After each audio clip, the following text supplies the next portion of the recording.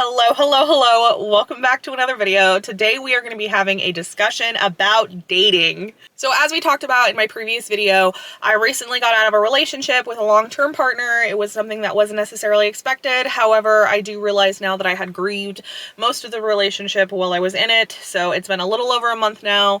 I am thinking about starting to get back into the dating field. So I want to talk to you guys about what my expectations are in a relationship. I also want to say some of these are subject to change because I'm constantly changing as a person and I am a little unsure of what my expectations are right now. I feel like they might be flexible just a little bit. To an extent, let me clarify, to an extent, I feel like they might be changing just a little bit. So we're going to start with like personality types. I am very interested in someone who is kind and empathetic.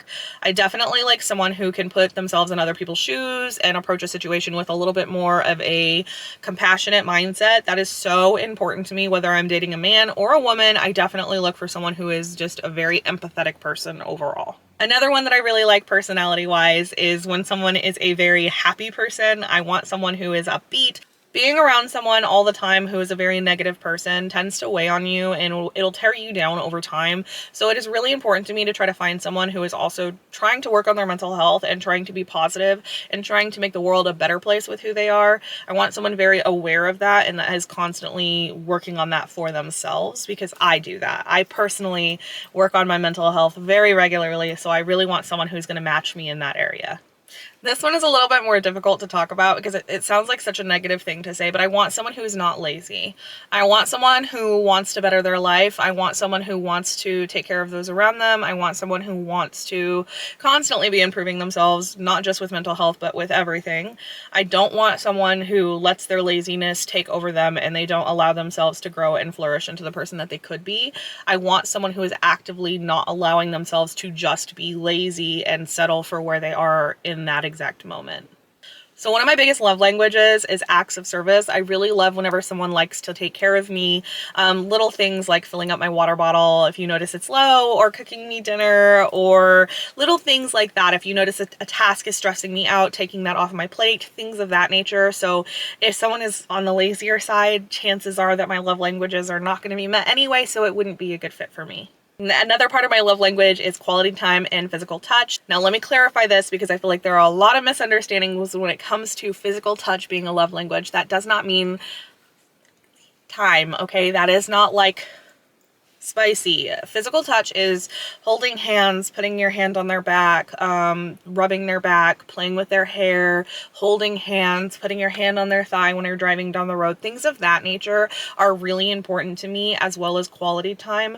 I like to have time set aside just for us, and I also enjoy that like natural quality time where, say if I'm editing videos for YouTube, I would want someone who wants to sit down next to me and play some video games or work on something themselves in the same room as me. I find those little moments like that are really important to me, that you want to be around me even for mundane tasks. That's so important. Another one is I need someone who is going to love my animals. I have 7 animals. I have 5 cats and I have 2 dogs, and they are my life and my world, and I love them, and I will probably get more. I have no intention of stopping. I love animals. That's why I work so hard. That's why I go out of my way to have a job that is working from home. I have a cat sitting next to me right now. I would pick him up, but he's sleeping, so I'm not gonna pick him up yet. We'll see if he wakes up through the video and you can see him. But I love my animals. I need someone who's gonna be patient and who's gonna be very kind and not get mad at me for bringing home another cat, okay? Because it's probably gonna happen. The way I see it, as long as I am able to provide both the time and the financial means to take care of that animal, I don't see anything wrong with me getting animals. I'm a very clean person and my animals are all so fucking spoiled. You would not believe how spoiled my animals are. I need someone who's going to support that. Another standard for me is someone who has good work ethic, like has goals of their own financially and are actively like working towards their own goals. Now, I'm not saying that someone needs to make as much as I do being a content creator. I am just saying I want someone who has a good work ethic and isn't going to be calling out to work all the time and I'm gonna have to worry about if they're gonna get fired. I want someone who is responsible enough to take care of their own finances. And I also like the idea of someone wanting to take care of me financially. Now, that is one of the things that I say is shifting a little bit, because I am in a position where chances are I'm going to make more than my partner if we're together. So Obviously, I'm not going to quit my job. I love my job. I've worked hard to get to where I'm at. However, I like to know that someone wants to take care of me, that someone loves me enough to want to take care of me and to an extent be protective over me. Like, I like to know that my partner wants to support me. Not that I necessarily need them to, but I like to know that they want to.